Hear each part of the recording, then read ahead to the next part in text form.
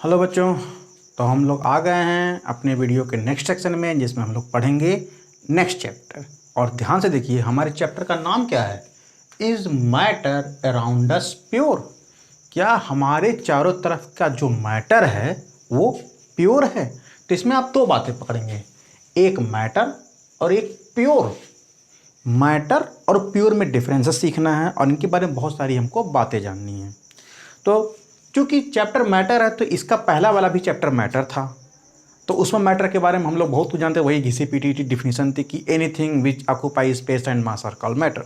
ये तो आप जानते ही थे। लेकिन इस चैप्टर में हम मैटर के बियॉन्ड जा कर के भी कुछ सीखेंगे और पढ़ेंगे।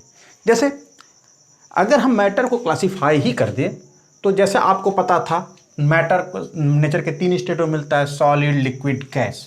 ये जो सॉलिड लिक्विड गैस है, दरअसल में ये एग्जिस्ट करते हैं जिस टेम्परेचर और जिस प्रेशर पर हम और आप स्थिर होते हैं। मतलब यही 0 से लेकर के 25 डिग्री का टेम्परेचर और हमारे एटमॉस्फेरिक का प्रेशर 1 atm, बस यही atm है, यही नॉर्मल टेम्परेचर प्रेशर है।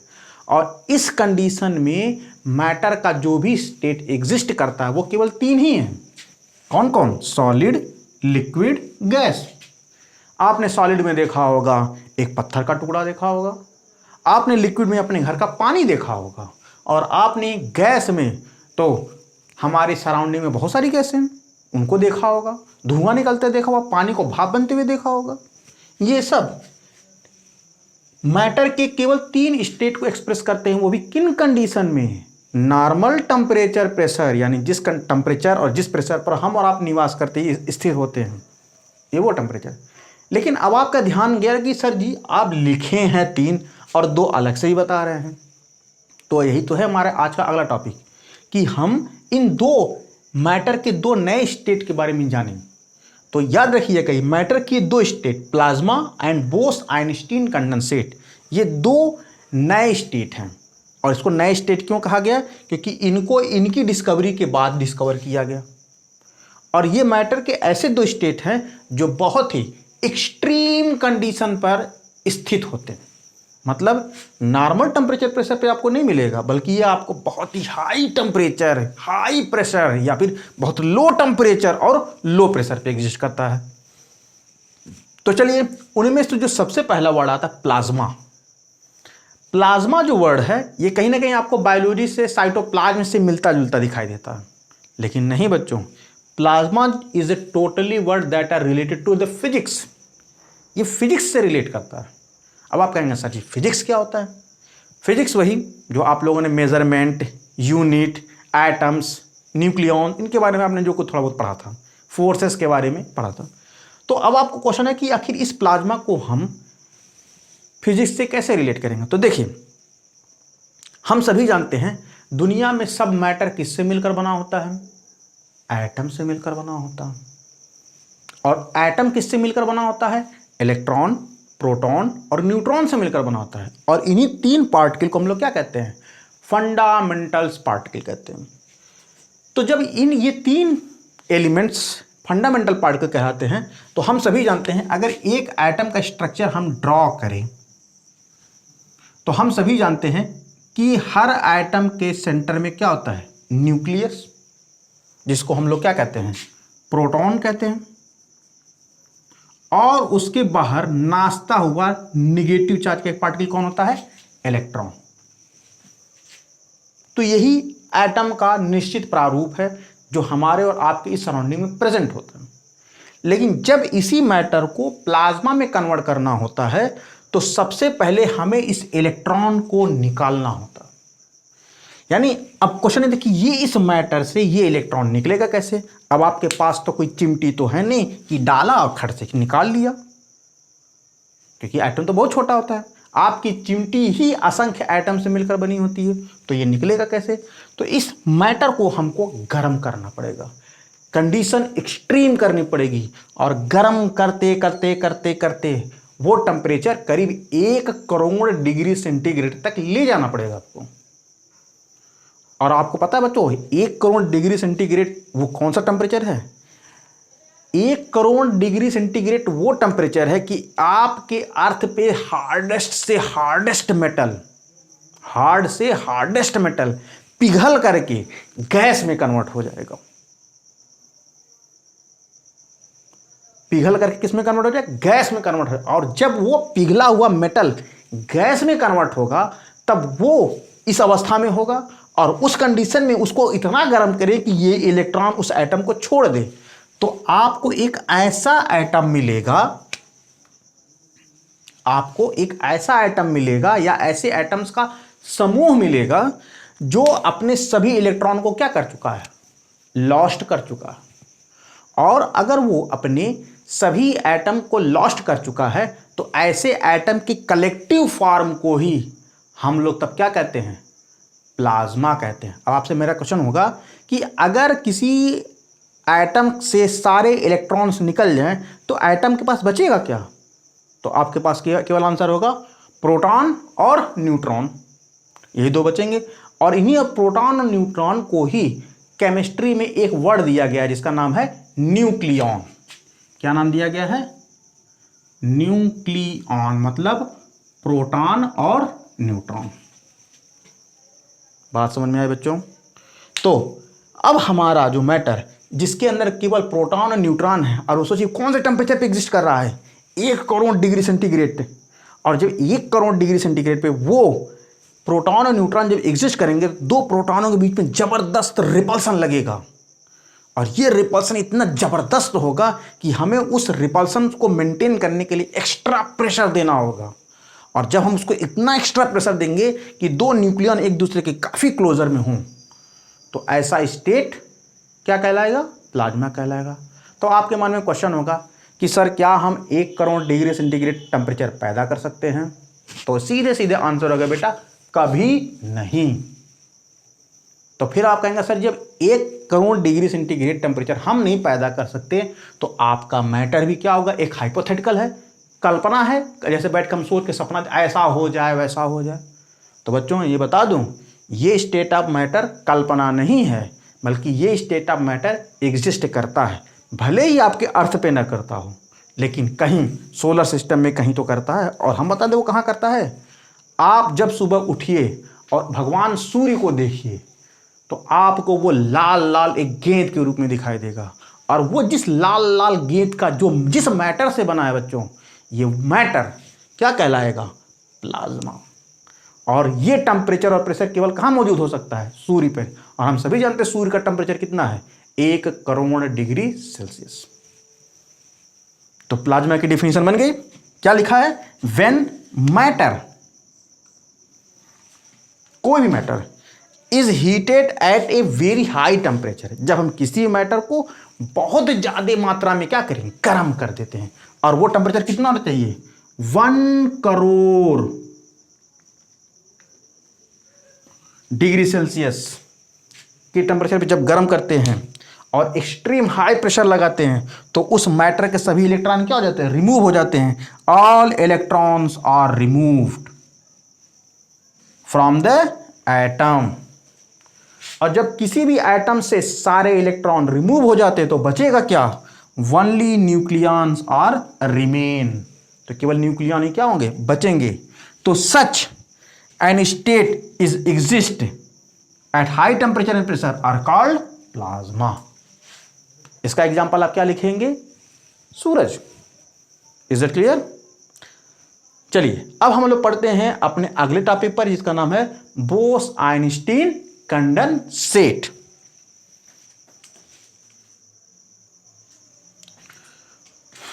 हाँ तो बच्चों हम लोग आ जाते हैं, एक मिनट, हम लोग आ जाते हैं स्टेट ऑफ मैटर के ऐसे स्टेट की तरफ जिसको हम लोग कहते हैं बोस आइंस्टीन कंडेंसेट। तो सबसे पहले आपके मन में नाम ही कंफ्यूजन क्रिएट करना चाहिए कि सर इसका नाम बोस आइंस्टीन कंडेंसेट क्यों है।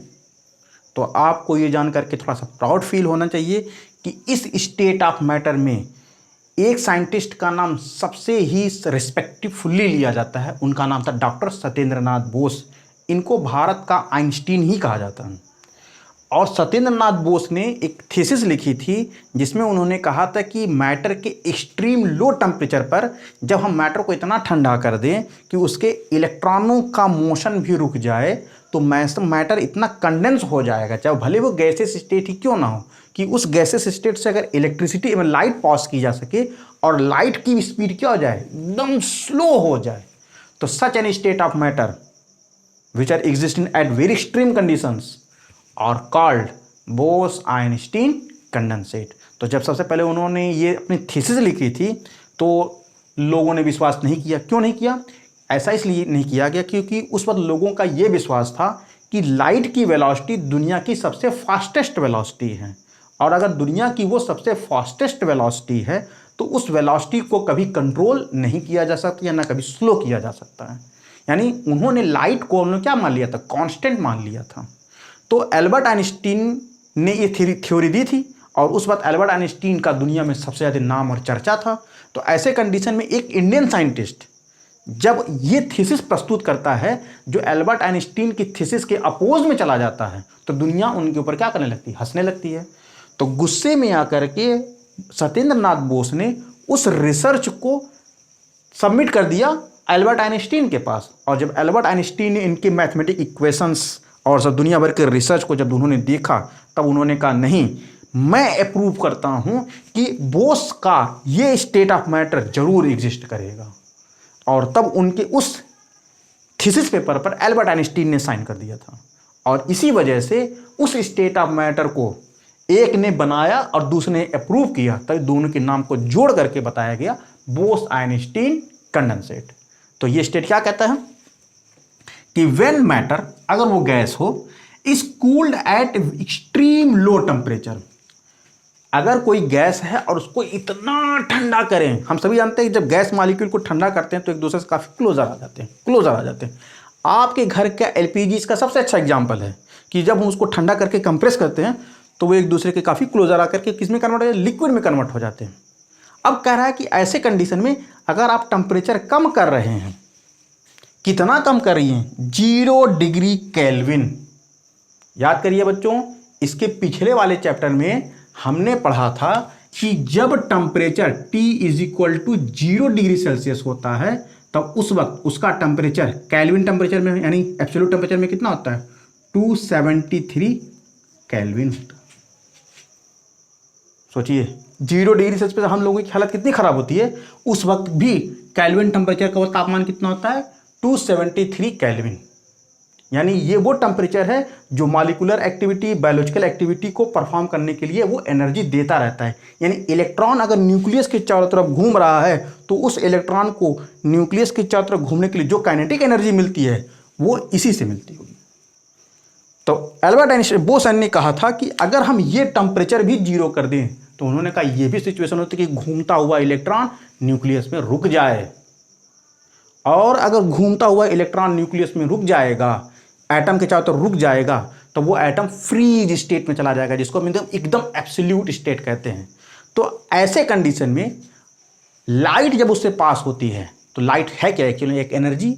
तो जब आप उस फ्रीज्ड मैटर से उस एनर्जी को पास करेंगे तो सबसे पहले लाइट अपनी एनर्जी किसको देगा, मैटर को ही दे देगा। और जब लाइट अपनी सारी एनर्जी मैटर को देगा तो लाइट अपनी वेलोसिटी को क्या करेगा, खो देगा, जिसकी वजह से उसकी वेलोसिटी क्या हो जाएगी, बहुत स्लो हो जाएगी, और उस मैटर से वो एनर्जी विड्रॉ करके, मैंने किसको कौन ले लेगा, एटम ले लेगा। और इस लाइट की वो एनर्जी एटम ले लेने की वजह से हमारा जो लाइट की वेलोसिटी है वो करीब कम हो गई। रिसर्च में देखा गया है उस दौरान जब कंडेंसेट स्टेट क्रिएट किया जाता है तो लाइट की जो वेलोसिटी है वो करीब 100 मीटर की दूरी चलने में वो करीब से करीब 33 सेकंड लेता है, 33 सेकंड 100 मीटर की दूरी चलने के लिए। सोचिए लाइट की वेलोसिटी आपने कितनी कम कर दी। तो ऐसे स्टेट ऑफ मैटर को हम लोग क्या कहते हैं, बोस-आइंस्टीन कंडेंसेट। चूंकि एब्सोल्यूट 0 टेम्परेचर पॉसिबल नहीं है, वैज्ञानिकों ने ये टेम्परेचर अप्रॉक्सीमेटली 27 केल्विन तक लेके गए थे, जहां पर वो 33 था। तो वैज्ञानिकों का ये मानना था कि अगर हम इसको 0 कर देंगे तो लाइट की वेलोसिटी करीब 1-2 सेंटीमीटर के आसपास ही रह जाएगी, जो दुनिया की सबसे स्लोवेस्ट स्पीड हो जाएगी। तो इस नाते मैटर के इस स्टेट ऑफ मैटर को हम लोग क्या कहते हैं, बोस-आइंस्टीन कंडेंसेट। सबको बात समझ में आ गई? मैं एक बार फिर से एक्सप्लेन कर दूं। मैंने ये कहा कि अगर कोई गैसेस स्टेट है और उसका टेम्परेचर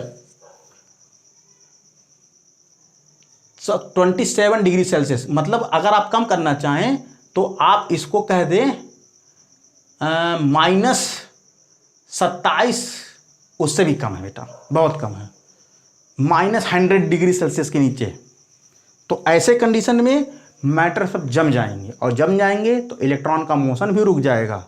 तो अब ऐसा स्टेट जिसमें इलेक्ट्रॉन का मोशन भी रुका हुआ है, ऐसे जमे हुए स्टेट को हम लोग क्या कहते हैं, बोस-आइंस्टीन कंडेंसेट।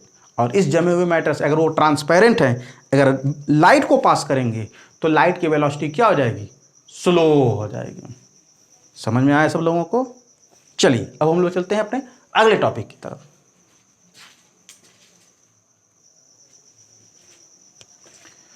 तो हाँ बच्चों, हम लोग आ जाते हैं अपने टॉपिक के नेक्स्ट लेवल की तरफ, जहाँ पर हम अब मैटर के स्टेट के बारे में नहीं बात करते हैं, बल्कि हम इस बात का कैलकुलेशन करते हैं कि आखिर नेचर में ये मैटर को कितने टाइप्स के होते हैं। सॉलिड, लिक्विड, गैस छोड़ दीजिए, अब वो मैटर और कितने रूपों में मिलता है। तो जाहिर सी बात है, नेचर में या तो कोई चीज़ एकदम प्योर रूप में मिलती है, या तो क्या मिलती है, मिक्सचर रूप में मिलती है। जैसे आज के समय में प्योर सब्सटेंस लेने का या खाने का बड़ा ही ज़बरदस्त प्रचलन है। जैसे लोग कहते हैं मुझे प्योर घी चाहिए, दूध वाला कहता है भैया मैं प्योर दूध देता हूँ। और आप सभी जानते हैं कि कहीं से हम किसी भी मार्केट से कोई भी अगर आप सामान खरीदते हैं तो वो केवल कहने भर के लिए प्योर होता है। प्योरिटी वो तभी होगी जब वो आपके आंखों के सामने हो, अदरवाइज़ तो वो चोरी छिपे तो हर कोई मिक्स कर ही देता है। तो चलिए हम लोग देखते हैं आखिर ये सब्सटेंस मिलावट के आधार पे मैटर कितने प्रकार के होते हैं। तो ऐसे जो मैटर हैं कुल 2 कैटेगरी में डिवाइड किए गए हैं। एक सब्सटेंस को, इसको हम लोग प्योर कहते हैं, इसमें हर चीज़ प्योर मिलेगा, और एक सब्सटेंस कैसा, इसमें हर चीज़ मिक्सचर मिलेगा। प्योर मिलेगा, मिक्सचर मिलेगा। यानी अगर हम कहें आपका प्योर घी किसमें रखेंगे, इसमें रखेंगे, प्योर दूध इसमें रखेंगे, ऐसे बहुत सारे जिसमें केवल एक ही प्रकार के मैटर से मिलकर बना हो तो उसको हम प्योर कहते हैं। तो वो सारे सब्सटेंसेस इसमें, और बाकी जो मिक्सिंग है वो इसमें। चलिए अब हम देखते हैं कि ये प्योर सब्सटेंस, यहाँ पे डेफिनेशन मैंने लिख दिया है कि प्योर सब्सटेंस किसको कहते हैं, made up of only one kinds of matter, जिसमें केवल एक ही प्रकार का मैटर हो, उससे अलग फिजिकल प्रॉपर्टी का, उससे अलग केमिकल प्रॉपर्टी का मैटर नहीं होना चाहिए। एक ही फिजिकल प्रॉपर्टी है, एक ही केमिकल प्रॉपर्टी है, तो ऐसे सभी मैटर वो एक ही टाइप के होने चाहिए। यानी अगर कोई सॉलिड है तो सब सॉलिड होना चाहिए, अगर कोई लिक्विड है तो सब लिक्विड होना चाहिए, अगर कोई कलरलेस है तो सब कलरलेस होना चाहिए। यानी जब मैटर आपका एक ही टाइप का, यानी देखिए एक ही टाइप का हो, एक ही स्टेट का हो, एक ही फेज का हो, एक ही फिजिकल प्रॉपर्टी का हो और एक ही केमिकल प्रॉपर्टी का हो, तो ऐसे सब्सटेंस को हम लोग क्या कहते हैं, प्योर सब्सटेंस कहते हैं। बात समझ में आ गई? और जिनके पास ऐसे मैटर का मिक्सचर मौजूद हो, मेड अप ऑफ 2 और मोर काइंड्स ऑफ मैटर, यानी इसमें एक से अधिक प्रकार के मैटर को मिल, जैसे उसी में सॉलिड, लिक्विड, गैस सब मिक्स करके फेंट करके रबड़ी बना दे, तो वो क्या बन जाएगा, मिक्सचर। तो चलिए अब हम देखते हैं ये जो प्योर सब्सटेंस होते हैं ये कुल कितने टाइप के होते हैं। तो जैसा मैंने लिख दिया है कि pure substance kinds of matter के अकॉर्डिंग 2 ग्रुप में डिवाइड कर दिए गए हैं। एक ग्रुप को हम लोग का नाम देते हैं एलिमेंट और दूसरे ग्रुप का नाम देते हैं कंपाउंड। एलिमेंट और कंपाउंड। वहीं पर मिक्सचर को भी हम 2 ग्रुप में डिवाइड कर दिए हैं। एक को हम लोग कहते हैं होमोजीनियस और एक को हम लोग कहते हैं हेट्रोजीनियस। अब होमोजीनियस और हेट्रोजीनियस क्या है, ये एक्सप्लेनेशन हम एलिमेंट और कंपाउंड के बाद देंगे। तो चलिए अब हम लोग डिस्कस कर लेते हैं कि एलिमेंट और कंपाउंड क्या है और ये किस प्रकार से प्योर हैं और ये एक दूसरे से किस प्रकार डिफर है। तो चलिए हम लोग देखते हैं एलिमेंट और कंपाउंड। हाँ तो बच्चों, प्योरिटी को हम लोग एक्सप्लेन कर रहे थे। हम लोगों ने देखा कि प्योर सब्सटेंस के कुल कितनी कैटेगरी है? तो देखा गया प्योर सब्सटेंस की भी 2 कैटेगरी है। एक प्योर सब्सटेंस को हम लोग एलिमेंट कहते हैं, दूसरे प्योर सब्सटेंस को हम कंपाउंड कहते हैं। तो आप कहेंगे कि सर जब दोनों ही प्योर हैं तो दोनों में डिफरेंस क्या है? डिफरेंस है बच्चों, बहुत ज़्यादा डिफरेंस है। अब आप देखिए कैसे। एलिमेंट हम उनको कहते हैं कि ऐसे मैटर जो केवल एक ही प्रकार के एटम से मिलकर बने होते हैं, मतलब उनके अंदर कोई अन्य एटम्स की मिलावट ना हो। जैसे एग्जाम्पल के तौर पे अगर हमने कह दिया कि ये चांदी के एटम्स हैं, तो यहां से लेकर के यहां तक सब चांदी के, यानी एजी जो है चांदी का रिप्रेजेंटेटिव फॉर्म है, तो यहां से लेकर के अंत तक जहां तक भी पॉसिबल हो उस एलिमेंट में सभी एटम किसके बने हैं? चांदी के बने हों, तो उस प्योरेस्ट फॉर्म ऑफ मैटर को हम लोग क्या कहते हैं? एलिमेंट कहते हैं। आप लोगों ने सुना होगा शुद्ध सोना, तो शुद्ध सोना मतलब क्या उसके अंदर चांदी मिक्स हो? आपने सुना होगा प्योर ऑक्सीजन, तो क्या प्योर ऑक्सीजन के अंदर कार्बन डाइऑक्साइड मिक्स हो? नहीं। मतलब प्योर ऑक्सीजन मतलब उसमें 199.9999% जितने भी उसमें एटम्स हों वो किसके होने चाहिए? ऑक्सीजन के होने चाहिए। उसी तरह से 99.99999% अगर वो आइटम सिल्वर के हैं तो उसमें सभी आइटम सिल्वर के होने चाहिए। और उसी तरह से प्योर गोल्ड, यानी प्योरिटी के मामले में 100% केवल एक ही प्रकार के एटम से मिलकर बने हों, तभी ऐसे एलिमेंट को जिसमें केवल एक ही प्रकार के एलिमेंट यानी एटम्स एग्जिस्ट करते हों, ऐसे मैटर को हम लोग क्या कहते हैं? एलिमेंट। जैसे याद करिए हम लोगों के पीरियड टेबल में कुल 118 एलिमेंट हैं, तो 118 एलिमेंट मतलब ये नहीं कि उसमें सारे मिक्सअप हैं, बल्कि अगर हाइड्रोजन है तो केवल हाइड्रोजन, ऑक्सीजन है तो केवल ऑक्सीजन, आयरन है तो केवल आयरन। तो ऐसे प्योरेस्ट फॉर्म ऑफ मैटर को हम लोग क्या कहते हैं? एलिमेंट कहते हैं। तो डेफिनेशन एक बार फिर से देख लीजिए। दो substance which is made up of only one kinds of atom, ऐसे मैटर जो केवल और केवल एक ही प्रकार के एटम से मिलकर बने हों, ऐसे सभी सब्सटेंस को हम लोग क्या कहते हैं? एलिमेंट। समझ में आया? तो आप कहेंगे सर अब ये एलिमेंट कंपाउंड से क्यों डिफर है? देखिए सबसे पहले कंपाउंड से डिफरेंस को समझने पहले आपको कंपाउंड समझना होगा कि कंपाउंड क्या है। तो आप सबसे पहले कंपाउंड की डेफिनेशन देखिए। कंपाउंड नेचर में, कंपाउंड नाम से कंपाउंड मतलब इसमें कुछ कॉम्बिनेशन है, कॉम्बिनेशन से ही कंपाउंड बना हुआ है, यानी यहां पर एटम का कॉम्बिनेशन है। लेकिन जो एटम के जो कॉम्बिनेशंस होते हैं वो कॉम्बिनेशंस अलग अलग पैटर्न में ना होकर के एक डिफिनिट पैटर्न में होना चाहिए, और जब वो एक डिफिनिट पैटर्न में होता है तब उसको हम लोग क्या कहते हैं? कंपाउंड कहते हैं। इसकी डेफिनेशन देख लीजिए। When two or more kinds of atom are combined to each other in a definite ratio, इसको अंडरलाइन करना पड़ता है एग्जाम में। कौन से रेशियो में? एक डेफिनिट रेशियो में। तो ऐसे मैटर को क्या कहते हैं? कंपाउंड कहते हैं। तो आप कहेंगे सर इसको थोड़ा सा और एक्सप्लेन कर दीजिए। तो देखिए जैसे हमने एक वर्ड यूज किया था प्योर घी। मान लिया आपने अपने घर में खुद मलाई से घी निकाल लिया, तो क्या उस प्योर घी को यहां डाल पाएंगे? नहीं। क्यों?